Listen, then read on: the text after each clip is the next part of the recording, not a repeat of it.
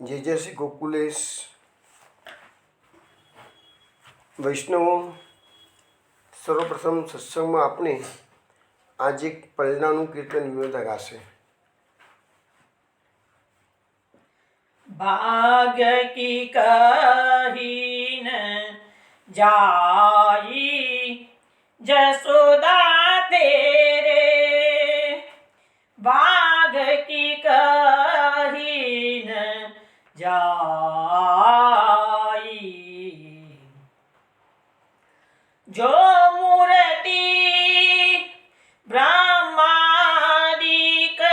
दुर्लभ सो प्रगटी है आई, बाघ की कही न जाई. शिव नारद सनकादिक महामुनि मिलिवे करत उपाई, ते नंदलाल धूरी दूषर वपु रहत कंठल टाई जसोदा तेरे, बाघ की कही न जाई. रतन जटित पुराय पालने, वदन देखी मुस्काई. झूलो मेरे लाल जाऊ बलिहारी, परमानंद जस गाई जसोदा तेरे, बाघ की कही न जाई. बाघ की कही न जाई जसोदा तेरे, बाघ की कही न जाई. વૈષ્ણવ, આ પલનાના કીર્તનમાં પરમાનંદદાસજી એમ કહે છે કે જશોદા, તારા ભાગ્યના શું વખાણ કરીએ અમે, કહે છે. તો એનું કશું કહી શકાય એમ છે જ નહીં, કહે છે.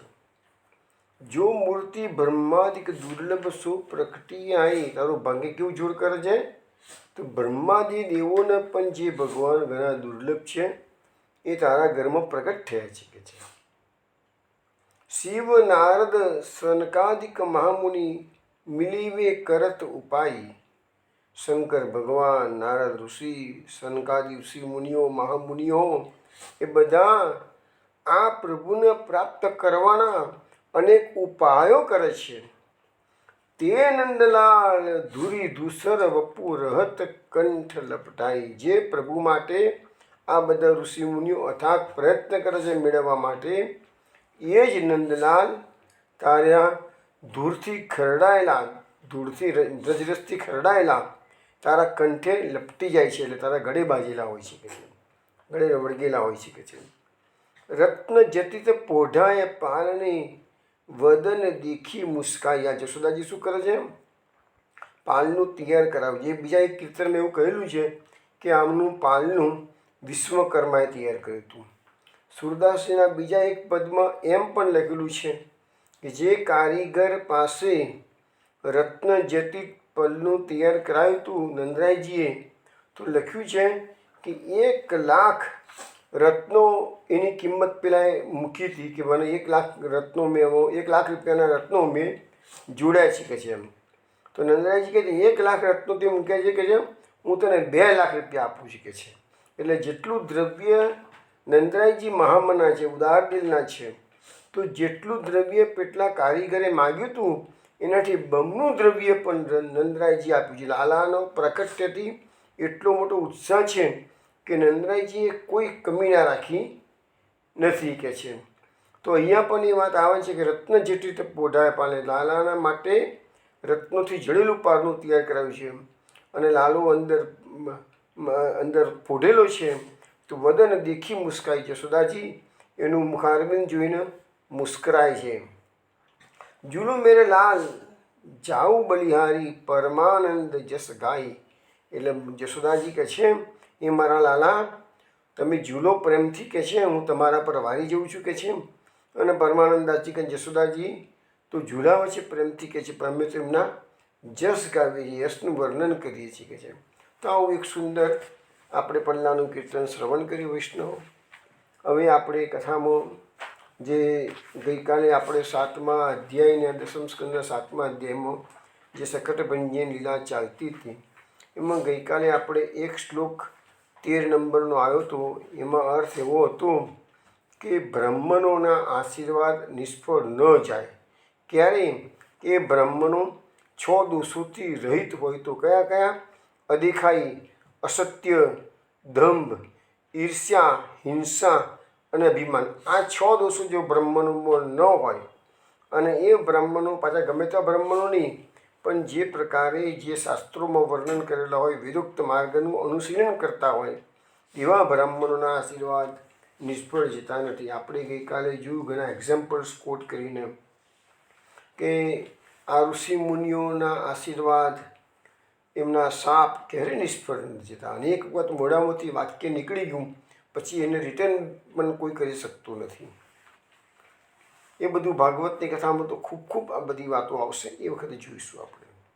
હવે આગલા શ્લોકમાં જઈએ છીએ કે છે ઇતિ બાલકમાનીય સામૃ યજુ ઉપાકૃતે જલે પ્રવૈત્રોષધિ અભિષિંચ્ય દ્વિજોત્તમે વાચેત્વા સ્વસ્તેનમ નંદગોપ સમાહિત ઉત્વાચાગ્નિમ દ્વિજાતિભ્ય પ્રાદાદ અન્નમ મહાગુણમ.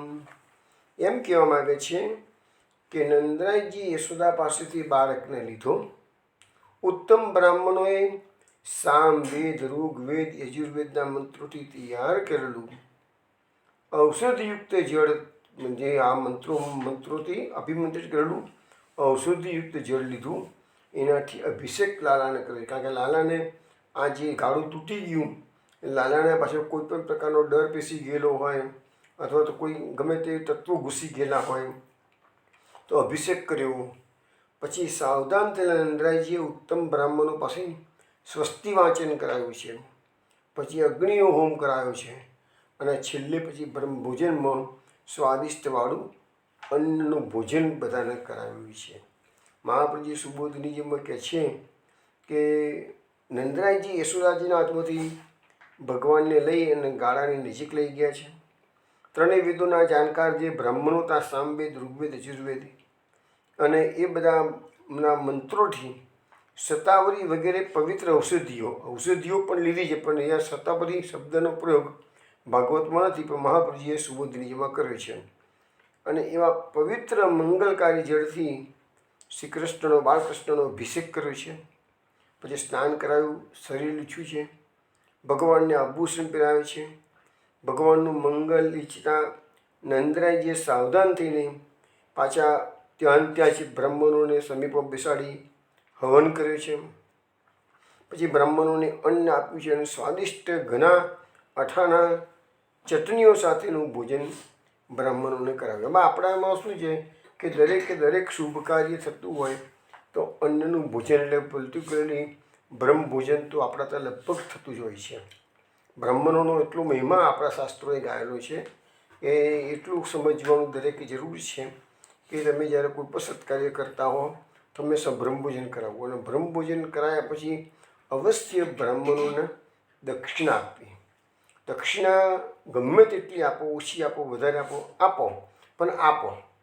પછી તમે તમારી શક્તિ પ્રમાણે દક્ષિણા આપો, પણ બ્રહ્મભોજન એકલું ના કરાવાય. કોઈ દિવસ કાંઈ માટે ધ્યાનમાં રાખજો. અને બ્રાહ્મણોને જમાડવાનો મહિમા આપણા ત્યાં ઘણો છે. ઘણા લોકોને તો હવે તો શું છે, બ્રાહ્મણો મળતા નથી હોતા, એટલે ઘણા લોકો ગોકુળ જઈને બી જમાડે છે. કે ગોરજીને કહો મારે 11 બ્રાહ્મણ જમાડવા છે, વ્રજવાસીને જમાડવા છે, 21 જમાડવા છે, 51 જમાડવા છે, જેમ જેવી શક્તિ. તો આવી રીતે બ્રહ્મભોજનનું ઘણું મહત્ત્વ છે. અને બ્રહ્મભોજન પછી હંમેશા દક્ષિણા આપવાની હોય છે. પછીનો શ્લોક છે ગાવ સર્વગુણોપેતા વાસસ્ત્રકૃક્માલિની આત્મજાભ્યુદર્થાય પ્રાદાત્ય ચાન્વયુંજત. એટલે કે નંદરાયજી વસ્ત્રો માળાઓ સોનાની માળાથી શણગારેલી સર્વગુણોવાળી ગાયો પુત્રની ઉન્નતિ માટે બ્રાહ્મણોને આપી અને પછી બ્રાહ્મણોએ આશીષ આપે છે. હવે અહીંયા પણ જુઓ, આપણે ગાયનો મહિમા થોડા વખત પહેલાં ગયા અઠવાડિયે જોયો હતો. ગાયોનો મહિમા કેટલા બધા મેં પ્રસંગો તમને ગાયોના ચમત્કારના કહેલા હતા. એટલે આપણા ત્યાં આ પણ એક મોટો મહિમા છે કે તમે સત્કાર્ય કોઈ પણ કરતા હો તો ગાયનું દાન જીવનમાં એકવાર આપણે હિન્દુ હોય તો એક વસ્તુ છે કે જીવનમાં એકવાર ગૌદાન અવશ્ય કરવું જોઈએ. અને ન થઈ શકે તો બી તમારી શક્તિ પ્રમાણે કમસે કમ ચાંદીની ગાય એનું પણ દાન કરવું જોઈએ. અને એ બી ના થઈ શકતું હોય તો છેવટે ગાયની ઘાસમાં પૈસા પણ આપણે થોડા ઘણા આપવા જોઈએ. આ બધી વસ્તુઓને પર્ટિક્યુલરલી ઘરમાં કોઈ વૃદ્ધનું જ્યારે મરણ થતું હોય ત્યાં તો એની પાછળ આ ગાયનું કાર્ય હંમેશા અવશ્ય કરવું. કે આપણે તો બહુ મહિમા ગાયોનો. તમે આપણા વલ્લભપુર માટે પણ શું કહેવાય છે? ગૌ બ્રાહ્મણ પ્રતિપાલ કહેવાય છે. તો આ વસ્તુ સમજવાની જરૂર છે કે ગાયોનું પૂજન અને બ્રહ્મભોજન આ બંને હંમેશા ફલાત્મક થઈ જાય છે. આગળ જઈએ અને આ જે પુત્રની ઉન્નતિ માટે નંદરાયજીએ ગાયોનું દાન કર્યું એટલે મહાપુરુષે જે નામ મૂક્યું છે નંદ ભાગ્ય મહોદય. ભગવાનના પ્રાકટ્યથી નંદજીનું ભાગ્યનો આજે ઉદય થયેલો છે. એમ આગળનો શ્લોક જોઈએ. વિપ્રા મંત્ર વિદો યુક્તાસ્ત તૈર્યા પ્રોક્તાસ્તરાશીષ તા નિષ્ફળા ભવિષ્યંતિ ન કદાચિદપી સ્ફુટમ. એટલે કે જે મંત્રવેત્તા યોગ્ય બ્રાહ્મણોએ આશીર્વાદ એ પ્રકારે આયોજિત કર્યા જેથી એ આશીર્વાદ કદાપી વ્યર્થ જાય નહીં. તો હવે અહીંયા શું કહે છે કે બ્રહ્મભોજન થઈ ગયું, ગાયનું દાન થઈ ગયું, એ બધું થઈ ગયું એટલે પછી બ્રાહ્મણોએ છેલ્લામાં છેલ્લું જે સ્ટેજ છે એ આશીષનું છે. આપણા ત્યાં બી આપણે સત્સંગના અંતે શું છે આશીષના પદો ગવાય છે. તો આશીર્વાદનો વિધિ હંમેશા છેલ્લો હોય. તો એ બ્રાહ્મણોએ જે આશીર્વાદ આપ્યા એ કહે છે કદાપી વ્યર્થ ન જાય. હવે આપણે થોડા વખત પહેલાં જ જોયું, ગઈકાલે પણ જોયું તો અત્યારે પણ જોયું કે 6 પ્રકારના દોષો ન હોય તો એ બ્રાહ્મણોના આશીર્વાદ ફલિત થઈ જાય છે. પણ આ શ્લોકમાં એમ કીધું છે કે એ બ્રાહ્મણોની શું ખાસિયત આપી છે તો લખ્યું છે કે જે ગઈકાલે કહ્યા હતા એ પ્રમાણે 6 દોષો ના હોવા જોઈએ. એક વાત છે. પછી એ વિપ્ર શબ્દ વાપરેલો છે એટલે વિશેષ પૂરનારા એવો અર્થ થાય છે કે છે. પછી મંત્રવિદો શબ્દ વાપર્યો છે એટલે કે મંત્રોનો જાણકાર, એટલે કે આ બ્રાહ્મણો કેવા છે? ઋષિ મુનિ જેવા છે કે છે. અને યુક્તાહા એ શબ્દ વાપર્યો છે એ શ્લોકમાં એટલે કે સત્કર્મ કરનારા છે. એટલે અહીંયા આ બ્રાહ્મણોની જે વાત અહીંયા આવી છે કે જેના આશીર્વાદ નિષ્ફળ જતા નથી એવા 3 વસ્તુ બતાવવામાં આવી કે બ્રાહ્મણો દોષ રહિત હોય, મંત્રોના જાણકાર હોય અને સત્કર્મ કરનારા હોય. એટલે બ્રાહ્મણો એ શું છે એમનું જે નિત્ય નિયમનું સત્કર્મ થતું હોય છે ને એમને કરવું જોઈએ. પણ હવે અત્યારે તો બધા જે બ્રાહ્મણો છે ને એ ટોટલી કર્મકાંડી થઈ ગયેલા છે. એટલે એમનું જે નિયમનું પ્રમાણે થવું જોઈએ ને એ કરતા નથી મોટા ભાગના. હવે અહીંયા આ શ્લોકો આપણે જે બોલ્યા એમાં એક શબ્દ આવ્યો સર્વગુણો પિતા. સર્વગુણો પિતા. તો અહીંયા આપણે જ્યારે ભગવાનનું 3જો અધ્યાય આપણે જોયો હતો અને ભગવાનનું પ્રાકટ્ય થયું તે વખતે જે કાળ પરમ શોભનીય કાળ, શોભાયમાન કાળ હતો, પ્રકટ થયો હતો, જે આપણે જન્માષ્ટમી દાડે પણ એ બધા શ્લોકોનો બધાએ પાઠ કર્યો હશે ભગવાનના પ્રાકટ્ય પહેલાં. એનો પહેલો શ્લોક કયો હતો? અથ સર્વગુણોપેત કાળ પરમ શોભન. એ શ્લોકથી આપણે 8.5 શ્લોકોનો પાઠ જન્માષ્ટમીના દિવસે આપણે કર્યો હતો. તો સર્વગુણોપેત કાળ પરમ શોભન. તો કેવો કાળ હતો? તો એ કાળ કેવો હતો? તો શુભ ગુણોથી યુક્ત કાળ હતો. તો અહીંયા પણ જે ગાયોનું દાન કરવામાં આવ્યું છે એ ગાયો માટે આપણને શબ્દ વાપરવામાં આવ્યો છે ગાવ સર્વગુણોપેતા. એટલે સર્વગુણોથી સંપન્ન ગાયોનું દાન. નંદરાયજીએ ગમે તેવી ગાયોનું દાન આપ્યું નથી. સર્વ ગુણોથી સંપન્ન ગાયોનું દાન આપેલું છે. તો હવે આ જે અહીંયા 17 શ્લોક સુધીમાં આપણી સખત વ્યંજન લીલા પૂરી થઈ ગઈ છે. હવે આ જ અધ્યાયની અંદર જેના પછીની લીલા આવે છે એ તૃણાવર્ત વધની લીલા છે. હવે મહાપ્રભુજી આપણને એવું સમજાવે છે કે આ જ અધ્યાયની સ્ટાર્ટિંગની અંદર પરીક્ષિત રાજા સુખદેવજીને જે પૂછે છે કે મને એવી કથા કહો તો એમાંથી મને 5 ફળ મળે. કયા કયા હતા? તો મનુષ્યની ઉદાસીનતા, જે ધર્મ પ્રત્યેની ઉદાસીનતા છે એ દૂર થઈ જાય. દુનિયાની ઉદાસીનતા જરૂરી છે પણ ધર્મ પ્રત્યે ઉદાસીન ના થવું જોઈએ માણસે. પછી સંસારિક તૃષ્ણાનો પણ ત્યાગ કરવાની વાત કરી છે. પુરુષોનું એટલે કે માણસનું અંતઃકરણ શુદ્ધ થવાની વાત છે. શ્રીહરિમાં શ્રીહરિમાં ભક્તિ પ્રગટે અને ભગવાનના ભક્તો સાથે મિત્રતા થાય. તો એવી કથા અહીંયા પરીક્ષિત રાજા સુખદેવજીને એવી કહે છે કે અમને એવી કથા કહો. તેમાં જે પહેલું ફળની વાત કરે છે તો કથામાં અરુચિ જાગૃત ન થાય એટલે કે ઉદાસીનતા ન આવે. તો હવે જે મહાપ્રભુજી કહે છે કે આ તૃણાવર્ત વધની જે કથા છે એ તમને એના ફળરૂપ શું છે? તો તમારી કૃષ્ણ કથામાં પ્રીતિ થાય. તો તૃણાવર્ત વધની કથા આપણે અત્યારે શરૂ કરીએ છીએ. હવે તૃણાવર્ત વધ કેમ થયો, કેવી રીતે થયો, એના માટેનું એક સુંદર કીર્તન વિનોદા તમને ગાશે, પછી તમને હું સમજાવું છું. મન અભિલાષ કરે જશોમતી, મન અભિલાષ કરે કબ મેરો લાલ ગુટુરુવાની રેંગે, કબ ધરતી પગ દ્વૈક ધરે જશોમતી,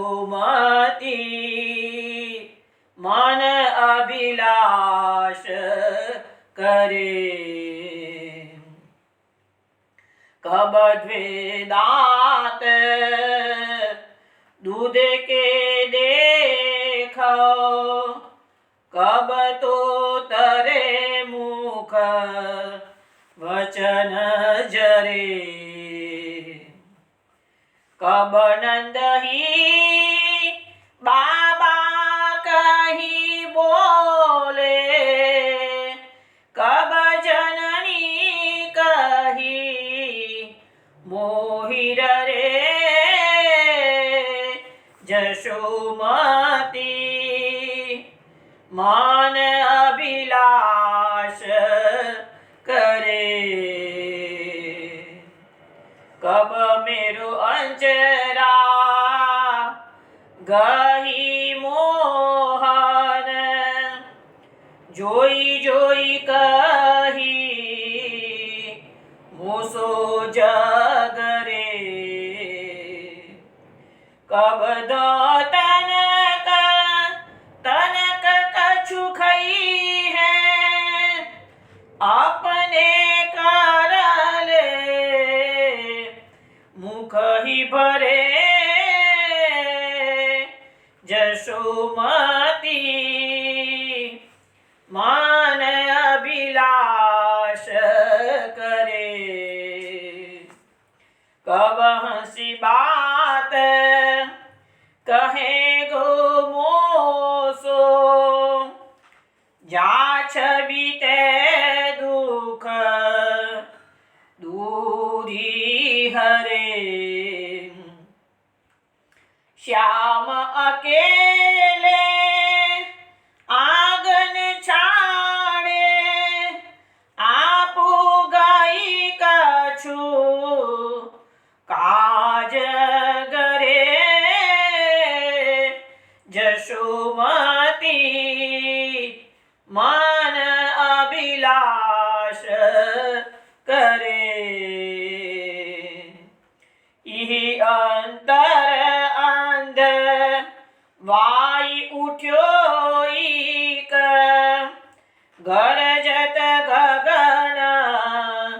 સહિત ગહરે सूरदास व्रज लोग सुनत धुनी जो जहाँ तहाँ सब अति डरे जसुमती मान अभिलाष करे मन अभिलाष करे जशोमती मान अभिलाष करे. હવે એવું કહેવામાં આવે છે કે ભગવાને શકટભંજન લીલા કરી ત્યારે બાલકૃષ્ણની ઉંમર 3.5 મહિનાની હતી અને તૃણાવર્ત વધની લીલા જે 7મા અધ્યાયમાં છે એ ભગવાને જે કરી એ 1 વર્ષ પછી કરી છે. હવે 3.5 મહિનાની શકટભંજન લીલા અને 1 વર્ષની ઉપરની તૃણાવર્ત વધની લીલા એ બેની વચ્ચે આટલો સમય પસાર થઈ ગયો. તો મહાપ્રભુજી સુબોધજીમાં લખે છે કે લાલાએ તો અનેકવિધ લીલાઓ કરેલી છે, પરંતુ જે વચ્ચેના ભાગમાં લીલાઓ થઈ એ કર્ણવેદ, નામકરણ સંસ્કાર, અન્નપ્રાશન, છઠ્ઠી પૂજન વગેરે અનેક કાર્યો ભગવાને કર્યા છે, લીલાઓ કરી છે ભગવાને. હવે શું છે, ભાગવતમાં આ હું જે બોલ્યો એમાંથી ફક્ત નામકરણ સંસ્કારની વિધિ શ્રીમદ ભાગવતના 10મ સ્કંદના 8મા અધ્યાયમાં આવે છે. એ સિવાયની કોઈ આ બધી વાતો કર્ણછેદન છે કે ગુટુરુવન લીલા છે કે અન્નપ્રાશન છે એ ભાગવતમાં નથી, પરંતુ સુરદાસજી અને અષ્ટસખાના પદોમાં આ બધી લીલાઓનું વર્ણન છે. એટલે આપણે આ 7મો અધ્યાય પૂરો થાય ત્યાર પછી આપણે એ બધી જે લીલાઓ શ્રીમદ ભાગવતમાં વર્ણન કરવામાં આવેલી નથી પણ સુરદાસજીના પદોના આધારે આપણે એ બધી જોઈશું, એનો સ્વાદન આપણે જરૂરથી કરીશું. હવે આજે આપણે જે કીર્તન હમણાં ગાયું, જસુમતી મન અભિલાષ કરે. હવે જસુમતી જશોદાજી લાલાને રોજ રમાડે છે, ઉછીને મોટો કરે છે, પણ હવે એમ થાય દરેક માને એવું થતું હોય કે મારું બાળક જલ્દી મોટું થઈ જાય અને દરેક બાળક ઘૂંટણીએ ચાલતા શીખવાનું ઈચ્છે છે, ચાલતા શીખવાનું છે, 2 પગે દોડતા શીખવાનું છે, તૂતરું બોલતા શીખવાનું. બધી માયાઓને એવું હોય કે મારું છોકરું જલ્દી થઈ જાય, જલ્દી આ બધું કટા થઈ જાય.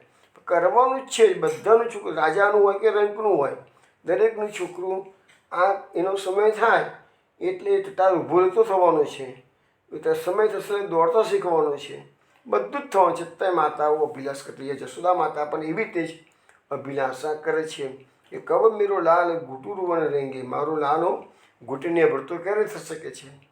કબ ધરતી પગ દ્વેક ધરે, ક્યારે ધરતી પર 2 પગે ઊભો રહેતો થઈ ગયો હશે કે છે. કબ દ્વે દાંત દૂધ કે દેખો, એની જે દૂધિયા દાંત 2 મને ક્યારે એના મોઢામાં જોવા મળી શકે છે.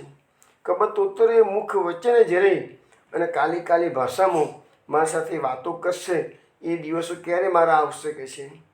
હવે રમાડતા આવી અભિલાષા જશોદાજી કરી રહ્યા છે. કબ નંદહી બાબા કહી બોલે, ક્યારે નંદ બાબાને બાબા કહીને બોલાવશે, બાબા. કબ જનની કહી મોહી રહેલે, અને મને કહે છે કે મૈયા કહી અને મને પોકાર કરીને બોલાવશે કે છે. કબ મેરો અંચના ગહી મોહન જોઈ સોઈ કહી મોસો જગરે, અને મારો કનૈયો એવો મોટો થઈ જશે ક્યારે કે મારો સાડીનો પાલો પકડીને મારી સાથે ઝઘડો કરીને કહેશે, મૈયા મને આમ આપ, મને રમકડું આપ, મને માખણ આપ, મને દહીં આપ, મને આમ આપ. તો એવી જે રધ લઈને બેસશે.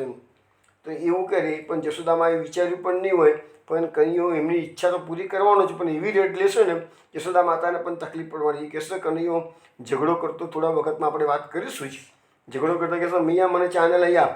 જશોદા માતાનો અભિલાષ હતી ને, જશોદા માતાને અભિલાષ કબ મેરો મોહન જોઈ સોઈ કહી મોસો ઝઘડે, મારી સાથે ઝઘડો કરશે માગી માગીને કહે છે. તો આ તારી ઈચ્છા પૂરી કરી જશોદા માતાને કે મને આ ચાંદ લાવી આપ કે છે. આ દુનિયાના બધા બાળકો, કોઈ બાળક પોતાની માની પાસે ચાંદના રમકડું માગતા નથી, બીજા નાના મોટા રમકડા માગે. પણ આ કનૈયો તો કેવો અલૌકિક બાળક છે, એટલે એની માગણી પણ અલૌકિક હોય ને. તો ભગવાન તો ભક્તોના મનોરથ પૂર્ણ કરે છે. જશોદા માતાનો મનોરથ હતો કે મારો કનૈયો ક્યારે મારી સાથે ઝઘડીને જોઈતી વસ્તુ માગશે, તો માગ્યું છે નહીં કે મને ચાંદ મૈયા મોહી ચાંદ ખીલોના चाहिए. તો એવી બધી લીલાઓ આપણે ગાન કરીશું. કબધો તનક તનક કચું ખાઈએ અપને કર લે મુખઈ ભરે. અને મારો કનૈયો એના નાના નાના હાથમાંથી થોડું થોડું ખાવાનું હાથમાં લઈ અને પોતાના હાથથી મુખમાં મૂકશે. ક્યારે એ ક્યારે ખાતો થઈ જશે. જો જશોદા માતાને ખવડાવવાની પણ ઉતાવળ આવી ગઈ છે. કબ હસી બાત કહે ગો મોસો જ્યાં છે બીતે દુઃખ દૂરી હરે કરે. અને મારો કનૈયો મોટો થઈ જાય જલ્દી જલ્દી અને હસી હસીને મારી સાથે વાતો કરે, તો એ સ્વરૂપ એનું હું જોઉં ને તો મારું બધું દુઃખ હું ભૂલી જઈશ કે. હવે આવી બધી જશોદા માતા કનૈયાનો ખોળામાં લઈ અને અભિલાષા કરી રહ્યા છે. પણ ત્યાં શું બને છે? ત્યાં તો કનૈયાએ એનું વજન વધારી દીધું. એટલે અહીંયા પદમાં નથી લખ્યું, એ બધું ભાગવતની કથામાં આવશે. એટલે શ્યામ અકેલે આંગણે છોડે આપું ગઈ કચું કાજ ઘરે. હવે જશોદા માતા પોતાના ખોળામાં લઈને રમાડતા રમાડતા અભિલાષા કરતા હતા. અચાનક કનૈયાને પોતાના ખોળામાંથી ઉતારી અને આંગણામાં મૂક્યો છે.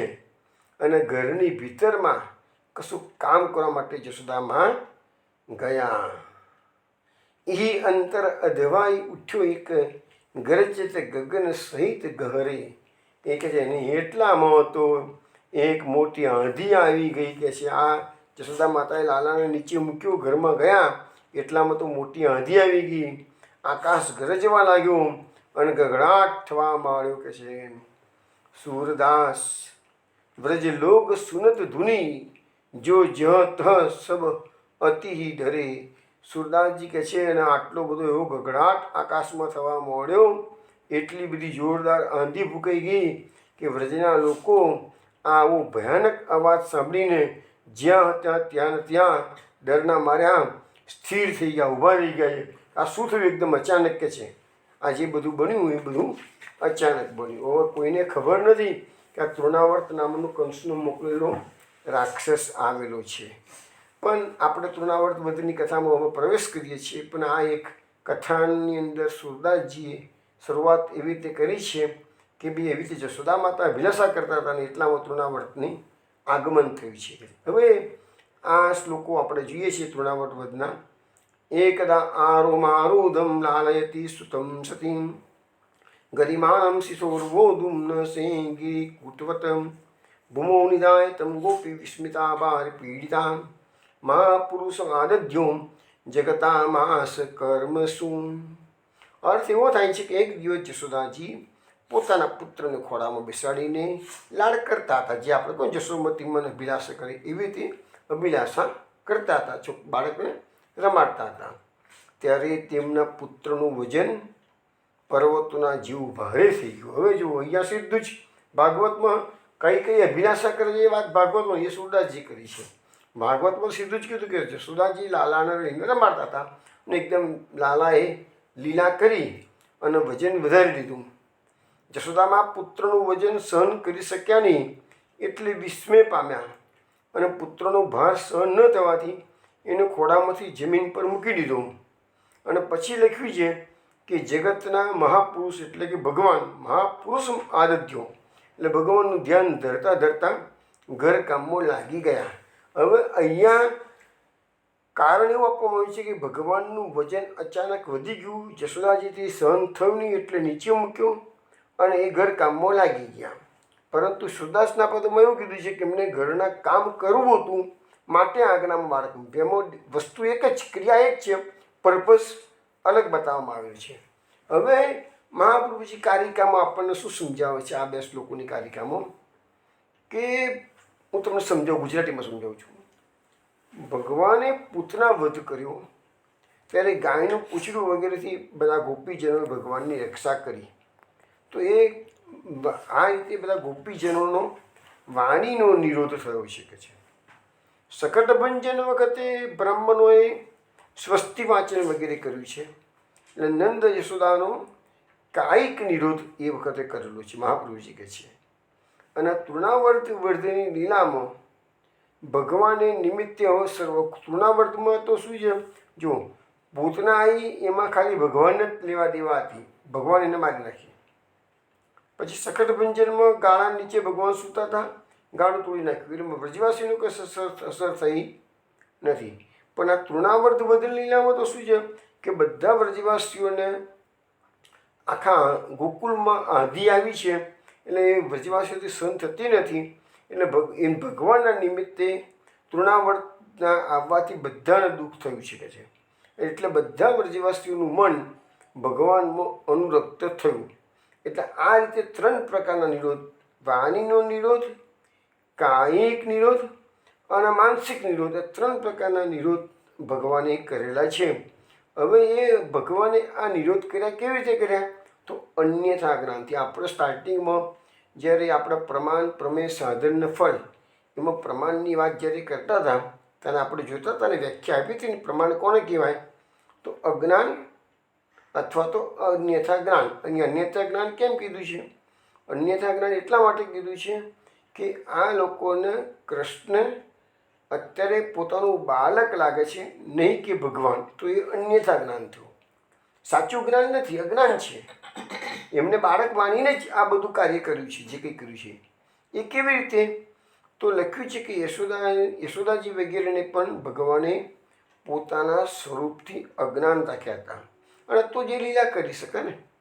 અને ભગવાનને બધા વ્રજવાસીઓ પ્રાકૃત બાળક જ માનતા હતા. એટલે પૂતના વધ લીલામાં અશુભના નિવારણ માટે બધાએ પૂતના કવચનો પાઠ કર્યો, શકટભંજનમાં સ્વસ્તિ વાંચન બધું કરાવડાયું. તો જો ભગવાન જ હોય તો ભગવાનને આ બધી કરાવવાની ક્યાં જરૂર હતી? પણ એ લોકો તો ભગવાન નહોતા માનતા, બાળક માનતા હતા. માટે આ બધી જે વૈદિક વિધિઓ છે એ બાળકના રક્ષણ માટે એમને કરી કે છે. હવે આ મહાપ્રભુજી સુવોધરીજીમાં આગળ કહે છે કે શકટભંજનની લીલા ભગવાને 4 મહિનાની ઉંમરે કરી. એટલે 3.5 મહિના, 4થો મહિનો ચાલતો હતો. અને એ દરમિયાન તૃણાવર્તની લીલા ભગવાને 1 વર્ષ કરી. તો એ દરમિયાન બાળકના વિવિધ સંસ્કારો તો થતા, જે પ્રમાણે ટાઈમ થયો એ પ્રમાણે નંદરાયજીએ બાળકના વિવિધ સંસ્કારો કર્યા છે. કયા કયા કર્યા છે? તો નાલ વધેરવાની, છઠ્ઠી પૂજન, સૂતિકા સ્નાન, કર્ણવેદ, અન્નપ્રાશન, ચૂડાકર્મ, આ બધી લીલાઓનું વર્ણન તો ભાગવતમાં કેમ નથી કર્યું? તો કહે છે કે રાજા પરીક્ષિતે તો ભગવાનનું ચરિત્ર, ભગવાનની કરેલી લીલાઓની પૂછા કરી હતી. એમને સુરદાસજીને પ્રશ્ન કર્યો, સુખદેવજીને પ્રશ્ન કરેલો ભગવાનની કરેલી લીલાઓ. તો આ બધી લીલાઓમાં ભગવાને કશું કર્યું નથી કહે છે. માટે આ બધી લીલાઓનું વર્ણન શ્રીમદ ભાગવતમાં નથી, પરંતુ સુરદાસજી જેવા અષ્ટકાના બધા ભગવદીઓ છે એમને આ બધી લીલાઓનું વર્ણન કરેલું છે. હવે આગળ એમ કહેવાય છે કે આપણા જે શાસ્ત્રો છે અને એની અંદર 18 પ્રકારની વિદ્યા છે. પુરાણ, ન્યાય, મીમાંસા, ધર્મશાસ્ત્ર, 4 વેદ, 6 વેદાંગ અને 4 ઉપવેદો. આ બધું ટોટલ મારો તો 18 વિદ્યાઓ થાય. તો આ વિદ્યાઓમાં ભગવાનને પ્રાકૃત દેહ નથી એમ કહેવામાં આવ્યું છે. ભગવાનનો દેહ ક્યારે પ્રાકૃત હોય નહીં. આપણે જેવી રીતે હાથ, પગ, મોઢું બધું છે ભગવાનનું ખરું, પણ ભગવાન આપણું તો ચામડીનું, હાડકાનું, લોહી, માંસનું હોય. એમના ભગવાનમાં એવું બધું ના હોય. ભગવાનમાં તો કેવલ આનંદ હોય. તો શાસ્ત્રોમાં શું લખ્યું છે? તો લખ્યું છે કે આનંદ રૂપમ અમૃતમ બિભરતી. એટલે આ ભગવાન આનંદરૂપ છે અને અમૃત રૂપથી પ્રકાશે છે. બીજી જગ્યાએ લખ્યું છે સચ્ચિદાનંદ વિગ્રહ. ભગવાનનો શ્રી વિગ્રહ છે એ સચ્ચિત અને આનંદરૂપ છે. પછી કૃષ્ણ અક્લિષ્ટ કર્મણી, એટલે કે ભગવાન કૃષ્ણ અક્લિષ્ટ કર્મ કરનારા છે. પછી પુરાણમાં કહ્યું છે ભગવાન માટે આનંદ મૂર્તિ, ભગવાન આનંદ સ્વરૂપ છે. પંચરાત્રમાં કહ્યું છે ભગવાન કેવા છે? આનંદ માત્ર કરપાદ મુખોદરાદી. તો ભગવાનના હાથ પગ મુખ બધું આનંદરૂપ છે. એટલે માટે કહેવાય છે કે ભગવાનનો દેહ પ્રાકૃત નથી, એટલે એમાં ભારે હોવાનો અને હલકા હોવાનો એ વિરુદ્ધ આપણે ભગવાન કેવા છે? તો વિરુદ્ધ ધર્માશ્રય છે. હવે જશોદાજીને જે કનૈયો હલકું ફૂલ લાગે છે અને ખોળામાં રમાડી દે છે, એ જ કનૈયો એમને પર્વત જેવો ભારે લાગવા માંડ્યો, એટલે એની બાજુ પર મૂકી દીધો. તો ભગવાનનું આ વિરુદ્ધ ધર્માશ્રય છે. એક જ તબક્કે બંને ધર્મોનું ભગવાન આચરણ કરીને બતાવે છે. હવે આપણે થોડી કારિકાઓ જોઈએ. પૂતના વધમ આરભ્ય કંસો જાનાતિ ગોકુલે હરિરસ્તિ જગદ વંદ્યો મમ હંતેતિ સર્વથા. મહાપ્રભુજી એમ કહે છે આ કારિકામાં કે પૂતના વધ થયો ત્યારથી કંસને ખબર પડી ગઈ હતી જગતના વંદનીય અને મને મારનાર હરિ શ્રી ગોકુળમાં પ્રગટી ચૂક્યા છે. એટલે એને ખ્યાલ આવી ગયો કે મારો કાળ છે એ કોણ છે, અનુમાન કર્યું છે. કોઈ સ્પષ્ટ ખબર નથી. આ આકાશવાણીથી કીધું કે દેવકીનો આત્મો તને મારશે, પણ દેવકીનો આત્મો નંદરાયજીનો છોકરો છે એ તો ખબર છે જ નહીં ને એમને. એ તો હવે 11 વર્ષનો થશે તારે નંદરાયજી નારદજીને કહી આવશે કંસને, કાલા તને ખબર નથી પડતી આ નંદજીના ઘરમાં જે કૃષ્ણ છે ને એ જ વસુદેવનો અને દેવકીનો આત્મો છે કે છે. પણ એ વખતે ખબર પડશે. અત્યારે એને શંકા ગઈ છે કે પૂતનાને મારી છે, પૂતના જેવી રાક્ષસ નાનું બાળક, તો એ સામાન્ય બાળક હોઈ શકે નહીં.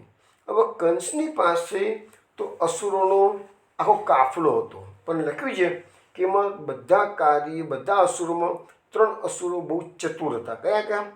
તૃણાવર્ત, બકાસુર અને કેસી દૈત્ય કે છે. અને બહુ જ બળવાન હતા. અને એ બધાની અંદર પણ પાછો વધારે બળવાન હતો એ તૃણાવર્ત હતો.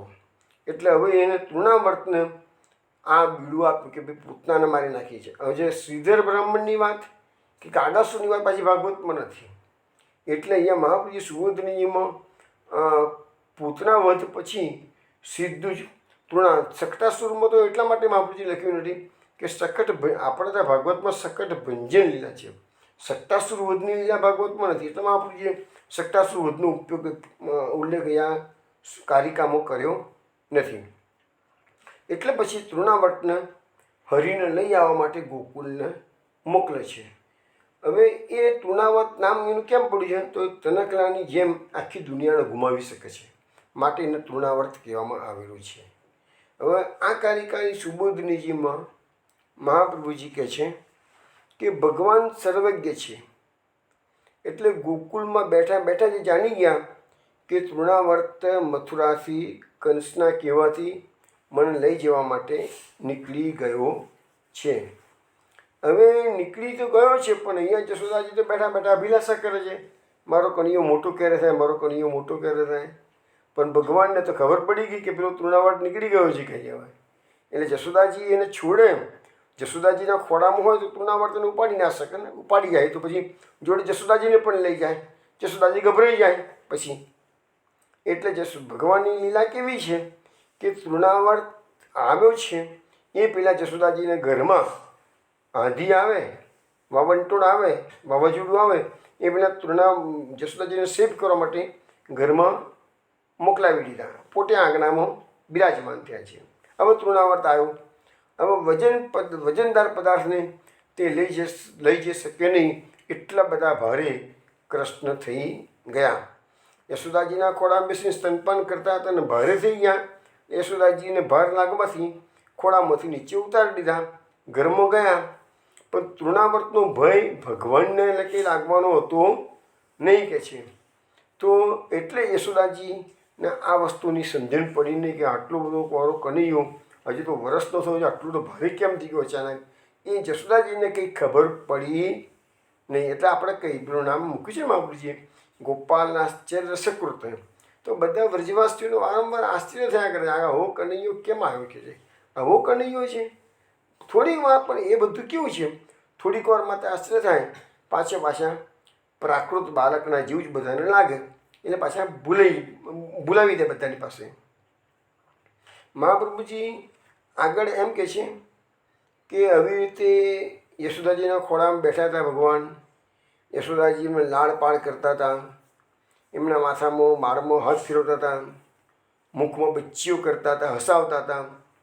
પણ એ બધું કરતા હતા એટલે એક જગ્યાએ પાછું સુભદ્રીને એવું લખ્યું છે, એ બધું કરતા હતા. આપણા પહેલાંમાં લખ્યું છે જસુમતી મન અભિલાષ કરે. અહીંયા સુભદ્રીને લખે છે જસુમતી લાલાને વહાલ કરતા હતા. અને જે પરબ્રહ્મ જ્ઞાનીઓ માટે પણ અદ્રશ્ય અગમ્ય છે એવા પૂર્ણ પુરુષોત્તમને જશોદાજી પોતાના ખોળામાં લાડ કરે છે. એટલે તો આપણે થોડી વાર પહેલાં કીર્તનમાં આવ્યું ને, જશોદા તેરે ભાગ્ય કે કહી ન જાય. જશોદાજીનું ભાગ્ય કેવું કે જગતના નાથને પોતાના ખોળામાં રમાડી રહ્યા છે. જે બીજા મોટા મોટા યોગ્યો હજારો વર્ષો તપસ્યા કરે છે તેના ધ્યાનમાં પણ એ પ્રભુ આવતા નથી, એમને સપનામાં પણ દર્શન આપતા નથી. અને એવો કૃષ્ણ, એવો જગતનો નાથ આજે જશોદાજીના ખોળામાં બાળક બનીને ખીલી રહ્યો છે કે છે. તો એવું તો જશોદાજીનું મહાભાગ્ય હતું. પરંતુ જશોદાજી ભગવાનને લૌકિક ભાવથી આ મારા ખોળામાં જે છે મારો પુત્ર છે, મારા જે ભગવાન છે એવું માનતા નથી. એટલે આ લૌકિક ભાવની નિવૃત્તિ માટે ભગવાન ભારે થયા. ભગવાન ભારે થયા એનું કારણ મહાપ્રભુ સુબોધની આપ્યું કે એમનો જે લૌકિક ભાવ હતો, પ્રભુ પ્રત્યેનો ભાવ પ્રભુ તરીકેનો હતો અને બાળક માટે નહોતો, એટલે ભગવાન ભારે થયા. પણ જશોદાજીને આશ્ચર્ય, વ્રજવાસીઓને આશ્ચર્ય લાગે છે, પણ કોઈને હજુ ખ્યાલ આવતો નથી આ કૃષ્ણ એ જ પૂર્ણ પુરુષોત્તમ છે. આ બાળકનું વજન પર્વતોનો પણ મોટો સમૂહ હોય એવું થયું, સહન કરી શક્યા નહીં અને ભૂમિ પર એક બાજુ મૂકી દીધો. અહીંયા લખ્યું છે યશોદાજી પણ આદિદેવી અદિત્યરૂપ હોવા છતાં પણ ભાર સહન, ભગવાનનો ભાર આજે જશોદાજી જે કોણ છે તો અદિત્યરૂપ છે કે છે, તો પણ એ સહન કરી શક્યા નથી કે છે. પછી આગળના કહે છે જો ભગવાન યશોદાજી પાસે રહે અને યશોદાજીને મોહ થાય એટલે ભગવત ભાવ જતો રહે અને લૌકિક પુત્ર ભાવ થાય તો પછી પ્રોબ્લેમ થાય પાછું. એટલે ભગવાને યશોદાજીને ઘરમાં તૃણાવર્તના આવતા પહેલાં ભગવાને યશોદાજીને ઘરમાં મોકલાવી દીધા. હવે આગળ શ્લોકોમાં કહે છે, ભાગવતના શ્લોકોમાં, દૈત્યો નામના તૃણાવર્ત કંસ ભૃત પ્રણોદિત ચક્રવાત સ્વરૂપેણ જહાહ આશીર્વર્ભકમ ગોકુલમ સર્વમ આવૃણવન મુષ્ટન ચક્ષુંસી વેણુભિ પુર્યન સુમાઘોરમ શબ્દેન પ્રદિશો દિશ. એટલે કે તૃણાવર્ત નામનો રાક્ષસ એક કંસનો નોકર હતો. કંસે તેને મોકલ્યો એટલે વંટોડિયાનું રૂપ લઈને ગોકુળમાં સર્વને ઢાંકી દેતો એ આવ્યો. આંખોમાં, બધાની આંખોમાં ધૂળ ભરી દેતો હતો. ભયંકર અવાજથી દિશાઓને ગજવતો હતો. એટલે એ ત્યાં આવી અને કૃષ્ણ આંગણામાં બેઠેલા હતા એને ઉપાડીને એ તૃણાવર્ત લઈ ગયો. સુભદ્રીજીમાં મહાપ્રભુજી કહે છે કે ભગવાન તૃણાવર્તનો નાશ કરે ત્યારે ભગવાનનું મહાત્મ્ય જણાય. એટલા માટે પહેલાં તો તૃણાવર્ત કેટલો બળવાન હતો એની મહત્ત્વ સમજ્યા, ભગવાનનું મહાત્મ્ય પછી સમજાવ્યું. હવે મહાપ્રભુ સુભદ્રી શું કહે છે કે ભગવાનનું મહાત્મ્ય નથી સમજાવાતું, પરંતુ પહેલાં તૃણાવર્તનું મહાત્મ્ય સમજાવે છે. શું કે દૈત્ય હોવાથી જાતિથી ક્રૂર હતો એમ કહ્યું છે. બીજું એનું નામ તૃણાવર્ત હતું એટલે જગતને તનખલાની જેમ ગુમાવનારો હતો, એટલે એનો વિરોધ કરી શકે એવો કોઈ શક્તિશાળી હતો નહીં કે છે. પછી જે કંસ જેવો મહાબળવાનનો પણ એ ભૃત્ય એટલે કે નોકર હતો અને ભગવાનનું પણ અનિષ્ટ કરી શકે એટલી શક્તિ એનામાં હતી કે છે. પછી પ્રણોદિત એટલે કે કંસે મોકલેલો હતો એટલે તે પણ કંસના જેવી દુષ્ટ બુદ્ધિવાળો હતો. તો આ પ્રકારે આ તૃણાવર્તનું મહાત્મ્ય સુભદ્રીજીમાં મહાપ્રભુએ પ્રકટ કર્યું છે. હવે એના ગુણોનું વર્ણન કરે છે. એ તૃણાવર્ત કેવો હતો, ગુણો કે લખ્યા છે. તો દૈત્ય હતો એટલે કે દેવોનો વિરોધી હતો, એટલે કે સત્વગુણનો વિરોધી હતો. પછી એનું નામ તૃણાવર્ત હતું એટલે જગતને તનખલાની જેમ ગુમાવનાર હતો, તેથી એ રજોગુણનો પણ વિરોધી હતો. પછી કંસનો ભૃત્ય નોકર હોવાથી ભગવાનને ઉપાડી જવા એ આવેલો હતો, એટલે તમો ગુણનો પણ એ વિરોધી હતો. અને પ્રણોદિત એટલે કે કંસનો મોકલેલો એની આજ્ઞા પાંડવો સુધી આ ત્રણેય ગુણોના સમૂહનો પણ વિરોધી કયો છે. આવી રીતે મહાપ્રભુજીએ એના ગુણોનું પણ સુબોધનીજીમાં વર્ણન કરેલું છે. હવે આગલા શ્લોકમાં આપણે જઈએ તો એવું કહેવામાં આવે છે, મુહૂર્તમ અભવદ ગોષ્ઠમ રજસા તમ સાવૃતમ સુતમ યશોદાનાપસ્ય સ્વયં નષ્ટવતીયત. હવે આ બધું એક મુહૂર્ત સુધી ગોકુળમાં ધૂળની ડમરીઓથી બધો અંધકાર છવાઈ ગયો. યશોદાજીએ જ્યાં ભગવાનને પધરાવ્યા હતા, હવે યશોદાજી જેવો આ વાવંટોળ આવ્યો એટલે યશોદાજી ઘરમાં હતા અને બહાર આવ્યા, પણ એની પહેલાં તો તૃણાવર્ત આ બાલકૃષ્ણને ઉપાડીને ચાલતી પકડી હતી. હવે યશોદાજી બહાર આવી ગયા તરત જ કે મારો કનૈયો એકલો છે આંગણામાં, શું થશે, લાવ એને ઘરમાં લઈ આવું. તો ભગવાનને પધરાવવા માટે જેવા આંગણામાં આવ્યા ત્યાં એને બાલકૃષ્ણને જશોદાજીએ જોયા. અને સાહેબ તમે વિચાર કરો, જશોદાજીની એ વખતે કેવી માનસિક સ્થિતિ થઈ હશે, પાગલ થઈ ગયા હોય, ચટાપાટ પડ્યા હોય, આપણા જીવન હાર્ટ એટેક આવી જાય કદાચ. નીચે તો આગળ બાલકૃષ્ણને મૂકીને ગયા છે, આ બધું જોતજોતામાં બની ગયું છે. તો જશોદાજીનો પુત્ર ભાવ છે અને એ આટલી વૃદ્ધાવસ્થામાં એકનું એક બાળક એમને જન્મ પ્રાગટ્ય થયું છે. હવે એ જ કૃષ્ણ આવી રીતે ઓચિંતો જ વાવંટોળ આવ્યો, જરાય વિચાર્યું નહોતું કે આવું બધું થશે.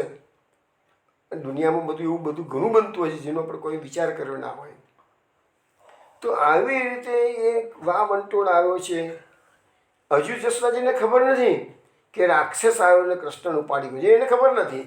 પણ એને પોતાના આંગણામાં બાલકૃષ્ણને મૂકીને ગયા હતા અને બાલકૃષ્ણને જોયા નહીં કે છે.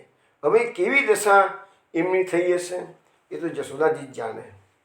હવે આ શ્લોકની અંદર મહાપ્રભુજી કહે છે કે અવિદ્યાના પ્રથમ પર્વની, એટલે કે અવિદ્યાના 5 પર્વો, એ તો આપણે પહેલાં વાત થઈ હતી. અહીંયા મહાપ્રભુજી અવિદ્યાના 5 પર્વોનું વર્ણન થોડીક જુદી રીતે કરી રહ્યા છે. તો અહીંયા પ્રથમ પર્વ કયું બતાવે છે? તો દર્શનની અયોગ્યતા. અત્યારે જશોદાજી કૃષ્ણના દર્શન કરી શકતા નથી. તો આ એક અવિદ્યાનું સ્વરૂપ બતાવવામાં આવેલું છે. હવે જ્યારે ભગવાનનું જ્ઞાન થાય ત્યારે બધાનું જ્ઞાન થઈ જાય. એટલે કહે છે ને, એકેન વિજ્ઞાતિન સર્વમ વિજ્ઞાતમ ભવતિ. આ શ્રુતિનું વાક્ય છે. એક પ્રભુને જાણવાથી આખા જગતનું તમને જ્ઞાન થઈ જાય. ભલે ને આપણે કોલેજમાં ડિગ્રી લઈ આવીએ, પોસ્ટ ગ્રેજ્યુએટ થઈ જઈએ, આપણે ડૉક્ટરેટ પણ કરી લઈએ, તો પણ જે વિષયમાં આપણે ડૉક્ટરેટ કરેલી હોય એમાંય પૂરા પારંગત તો થતા નથી. જિંદગીના અમૂલ્ય વર્ષો આપણે એવી લૌકિક વિદ્યા ભણવામાં બગાડી નાખીએ છીએ, બધા જ બગાડે છે. પરંતુ તોય એ વિદ્યા કેવી છે? પેટ ભરનારી વિદ્યા. વિદ્યા કોને કહેવાય? સા વિદ્યા યા વિમુક્ત. જે વિદ્યા તમને જન્મ મરણના ફેરામાંથી મુક્તિ અપાવે એનું નામ જ વિદ્યા. આ બધું આપણે જે શીખીએ છીએ, વિજ્ઞાન કરીએ છીએ, બધું શીખીએ છીએ ને, એ બધું પેટભરી વિદ્યાઓ છે. તો અહીંયા લખ્યું છે કે એકેની વિજ્ઞાતિની, એક ભગવાનને જો તમે જાણશો તો દુનિયાભરનું જ્ઞાન તમને પ્રાપ્ત થઈ જાય છે કે છે. હવે કહે છે કે આગળના શ્લોકમાં ના પશ્યત કશ્ચન મહાત્માનમ પરમ ચાપી વિમોહિત તૃણાવર્ત સુષ્ટાભી શર્કરાભી ઉપદ્રુત. એટલે કે છે કે તૃણાવર્તે ઉડાડેલી કાંકરીઓથી પીડાયેલા અને એનાથી વિમોહિત થયેલા ગોકુળવાસીઓ પોતાને કે બીજા કોઈને જોઈ શક્યા. ભાઈ એટલો બધો આંધી આવી હતી કે ચારે બાજુ કાંકરીઓ ઉડતી હતી, કચરો ઉડતો હતો, એટલે ગોકુળવાસીઓની આંખો પણ બંધ થઈ જતી હતી. એટલે એકબીજાને કોઈ જોઈ શક્યું નહીં. મહાપ્રભુજી સુબોધનીજીમાં કહે છે કે તૃણાવર્તે બહુ કાંકરીઓ ઉડાડી હતી, તેથી જેમને ઉપદ્રવ પીડા થઈ હતી એવા ગોકુળવાસીઓને અજ્ઞાનનું ફળ મળ્યું. હવે આ બીજા શ્લોકમાં અહીંયા અજ્ઞાનનું ફળ મળ્યું એમ કહે છે. એટલે કે આ અવિદ્યાનું બીજું સ્વરૂપ બતાવ્યું છે. તામસ પીડા એ જ અજ્ઞાનનું ફળ છે. કે પેલો તામસ છે અને તામસના કારણે પીડા થઈ, તામસ પીડા થઈ. તો અજ્ઞાનનું ફળ અહીંયા બતાવવામાં આવેલું છે. તો અજ્ઞાન દૂર કરનાર યશોદાજી અને ગોપીઓ માટેના ભગવાનના પ્રેમનું નિરૂપણ હવે પછીના શ્લોકમાં કરવામાં આવે છે. શું કહે છે? એમ હવે એના પછીના શ્લોકમાં અર્થ એવો થાય છે, એમ ભારે ચક્રવાક ઘૂમરીને તો વંટોળિયાના રૂપે તૃણાવર્તે ધૂળની વર્ષા કરી. એટલે યશોદાજી પોતાના પુત્રને શોધી શક્યા નહીં. હવે શોકાતુર થઈ ખૂબ દયાજનક રીતે પુત્રને યાદ કરવા લાગ્યા. ભગવાનને યાદ કરવાની વાત આવી. પછી પોતાના મૃત વાછરડાને જોઈ ગાય પડી જાય તેમ જમીન પર ઢળી પડ્યા. હવે અહીંયા ઉદાહરણ શું આપ્યું છે ભાગવતમાં? આ ભાગવતમાં દ્રષ્ટાંતો ખૂબ સુંદર સુંદર આપવા. ઘણી જગ્યાએ ભાગવતમાં આખું ભાગવત અનેક પ્રકારના દ્રષ્ટાંતોથી ભરેલું છે. જશોદાજીની હાલત કેવી થઈ હતી તો લખ્યું છે, ઉદાહરણ આપ્યું છે કે મૃત વાછરડાને જોઈને ગાય નીચે પડી જાય, બેભાન થઈ જાય એવી જશોદાજીની હાલત થઈ. નો ડાઉટ ગાય તો વાછરડું મૃત થઈ ગયું છે પછી છતાપાટ પડે છે, પણ યશોદાજી તો બાળકને નહીં જોવાથી છતાપાટ પડે છે કે છે. હવે ભગવાન મહાપ્રભુ સુબોધની જેમ કહે છે કે ધૂળની વર્ષાથી યશોદાજી પોતાના પુત્રને જોઈ શક્યા નહીં, એટલે પુત્રને શોધવા લાગ્યા. તે ક્યાં ગયો હશે એ માર્ગ જોવા લાગ્યા. પણ યશોદાજી વરસાદમાં પુત્ર કયા માર્ગે ગયો હશે તે તેના પગલાંથી, એટલે કે ધજા, વજ્ર, અંકુશ, કમળના ચિહ્નોથી અંકાયેલી ભૂમિ નહીં હોવાથી પુત્રને યાદ કરવા લાગ્યા. હવે ભગવાન ચાલતા ચાલતા બહાર ગયા હોય તો આ બધા ચિહ્નો અંદર આવે ને. આ તો પેલો વંટોળિયો ચક્રવાક ઉપાડી ગયો હતો એમને, એટલે એમના પગલાં ભગવાનના જશોદાજીને દેખાયા નથી. એટલે જશોદાજીને લાગ્યું કે બાળક મને ત્યજીને ક્યાંક જતા રહ્યા છે કે છે. એટલે ભગવાનની પોતાના પર ફરી કૃપા થાય તે માટે ખૂબ દયાજનક રીતે ભગવાનનું સ્મરણ કરવા લાગ્યા. હવે જો અહીંયા પુષ્ટિ માર્ગ આવે છે તો આપણે પણ આ જન્મ લઈને આવ્યા અને ભગવાનથી જે રીતે જશોદાજી ભગવાનથી વિખૂટા પડી ગયા, એવી રીતે આ જીવ પણ લીલા પરિક્રમાથી છૂટો પડી ગયેલો છે. તો જેવી રીતે જશોદાજી દયાજનક રીતે એકદમ કે છે ને દીનતાપૂર્વક, દયાજનક રીતે એટલે દીનતાપૂર્વક ભગવાનનું સ્મરણ કરવા લાગે છે. તો આપણું પણ આ જ કર્તવ્ય છે. જો પ્રભુની પ્રાપ્તિ તમારે કરવી હશે તો તમારે ખૂબ જ કાલાવાલા કરવા પડશે, અને કાલાવાલાથી દીનતાથી જ પ્રભુ પસંદ થશે. કહે છે ને કે ભક્તાનામ દૈન્યમ એવમ એકમ હરિતોષનમ. આ મહાપ્રભુજીની કારિકા છે, શુભ રસ પંચેની. ભક્તોને ભગવાનને પસંદ કરવા માટે એક જ સાધન ભક્તો પાસે છે, એ છે દૈન્ય, દીનતા. ગોપીજનો જેવી રીતે ગોપી ગીત ગાતા ગાતા પરમ દીનતાનો અનુભવ કરે છે. દૈન્ય પ્રકટ કર્યું છે ગોપીજનોએ કે સખે દર્શય સન્નિધિ, હે કૃષ્ણ સન્નિધિમાં પ્રકટ થાવ અને દર્શન આપો. ગોપીજનોના આખા ગોપી ગીતનો સાર એક જ હતો કે સખે દર્શય સન્નિધિ, પ્રભુ પ્રકટ થાવ, પ્રભુ પ્રકટ થાવ.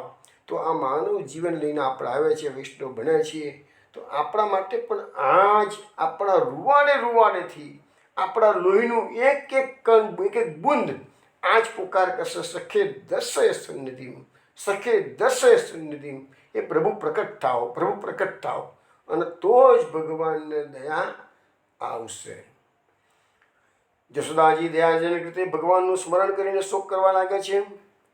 ભગવત વિરહથી ભૂમિ પર પડી ગયા. જો આ વસ્તુ આવી, પુષ્ટિ માર્ગ વિરહ તાપ વિરહનો માર્ગ છે, તાપ ક્લેશનો માર્ગ છે. એ જશોદાજી પણ વિરહથી ભૂમિ પર પડી ગયા છે. યશોદાજીની ક્રિયાશક્તિ જતી રહી, મૂર્છા પામ્યા. મહાપ્રભુજી પણ પેલું જ્યારે પરમાનંદાસનું કીર્તન સાંભળ્યું ને કે હરિ તેરી લીલા કી સુધી આવે, તો મહાપ્રભુજીને પણ મૂર્છા આવી ગઈ 3 દિવસની. યા જશોદાજીને પણ મૂર્છા આવી ગઈ છે. જ્ઞાન શક્તિ એમની લુપ્ત થઈ ગયેલી છે કે છે. હવે જ્ઞાન તો ગાયનું ઉદાહરણ આપ્યું છે. ગાય તો અજ્ઞાની પ્રાણી છે, તો એવું અજ્ઞાની પ્રાણી પણ પોતાના વાછરડાને ન જુએ તો મૂર્છા પામી જાય છે. તો પછી યશોદાજી મૂર્છા પામ્યા એ સ્વાભાવિક જ છે કે છે.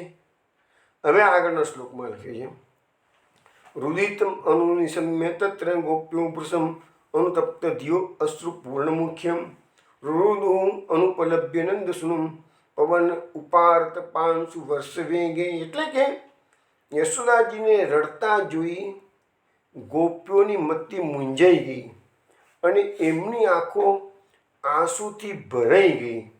એમને નંદનંદનને જોયા નહીં એટલે તે પણ રડવા લાગી.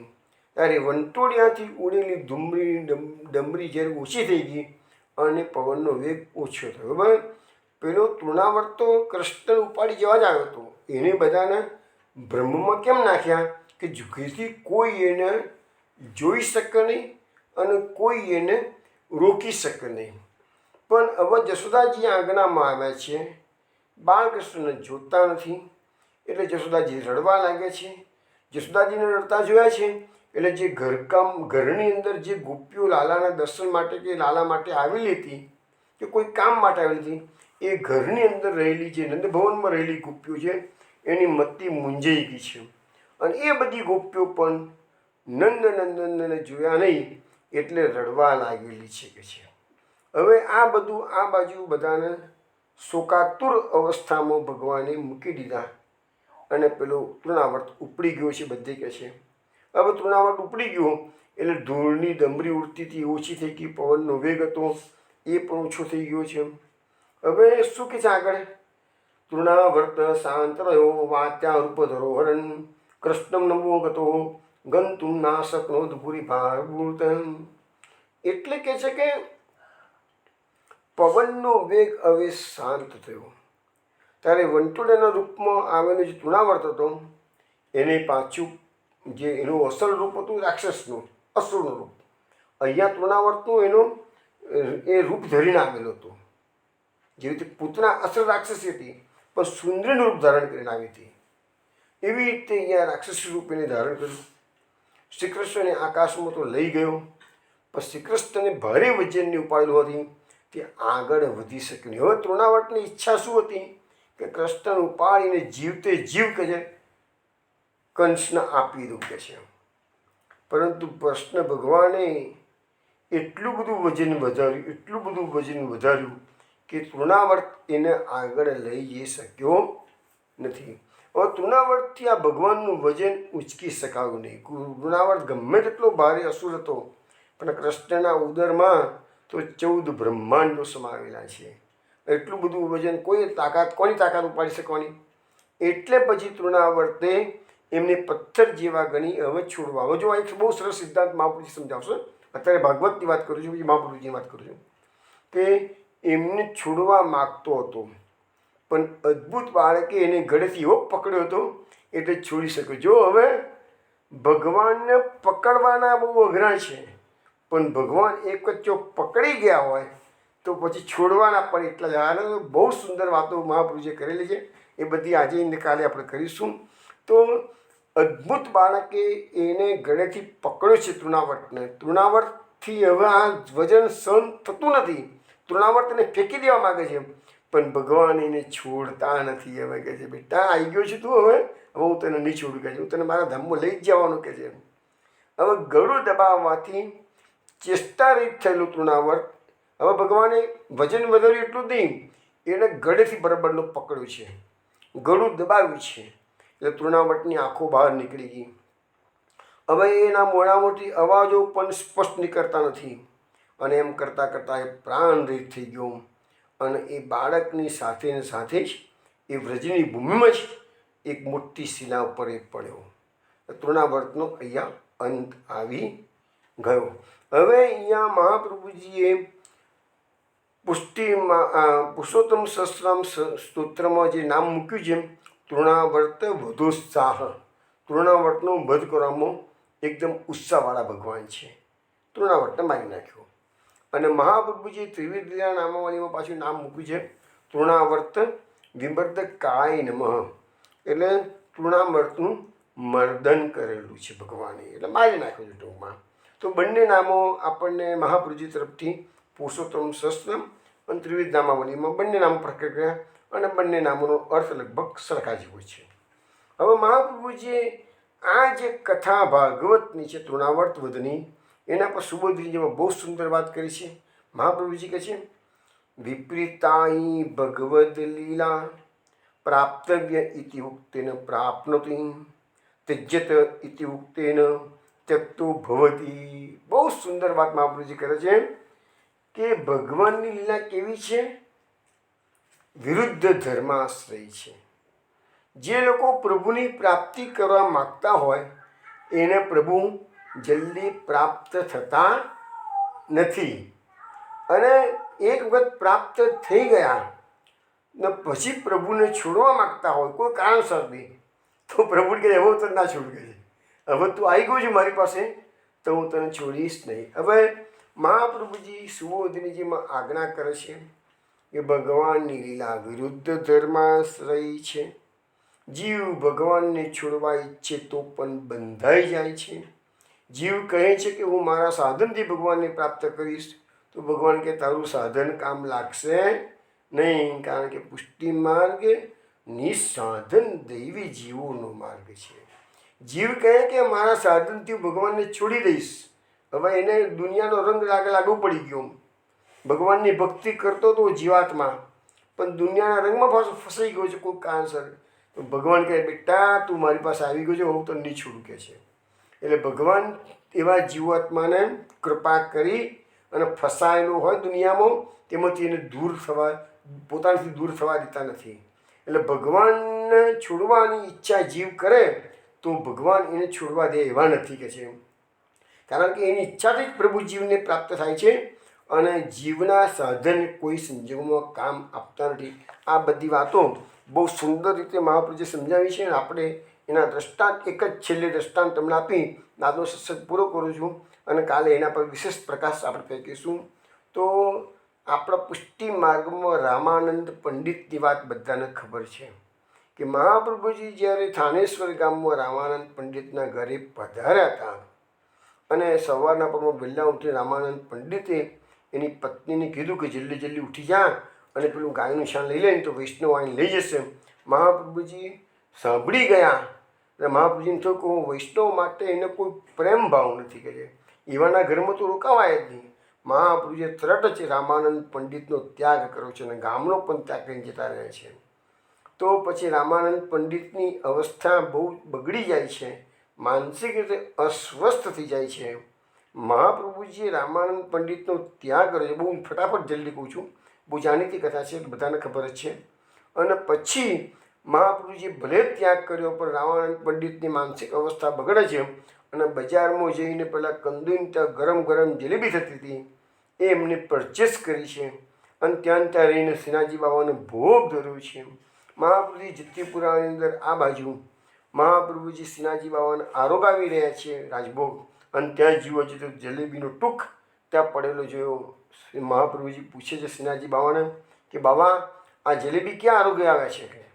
કે તમારા પેલા સેવક કે છે રામાનંદ પંડિત થાનેશ્વરવાળા એને આજે મને આરોગ્ય આવી શકે છે. તો મહાપ્રભુજી કહે છે પણ મેં તો એનો ત્યાગ કર્યો છે કે છે. કારણ ભગવાન કહે છે કે જીવાત્મા જે જીવાત્માનો હે વલ્લભ તમે બ્રહ્મ સંબંધ સાથે કરાવો છો એનો તમે ત્યાગ કરો કે ના કરો, પણ હું તો ત્યાગ કરી શકતો નથી. આ પુષ્ટિ માર્ગની જે લાક્ષણિકતાઓ તમને બતાવતો છું વારંવાર એમાંના એક મોટી લાક્ષણિકતા છે. એકવાર જીવાત્માનો બ્રહ્મ સંબંધ કૃષ્ણ સાથે થયો હોય તો કૃષ્ણ એટલા કૃપાળુ છે એ જીવાત્માને ક્યારેય ત્યાગ કરતા નથી. આપણા માટે મોટી એશ્યોરન્સની વાત છે. એ બધી કથાઓ આપણે સાંભળીએ એટલે આપણો ઉત્સાહ વધી જવો જોઈએ. ચલો વિષ્ણુ, કાલે રાત્રે 8 વાગે આપણે વિશેષ વાત આ બાબતમાં કરીશું. જય શ્રી કૃષ્ણ, જય શ્રી ગોકુલેશ. જય શ્રી ગોકુલેશ, જય શ્રી ગોકુલેશ, જય શ્રી ગોકુલેશ.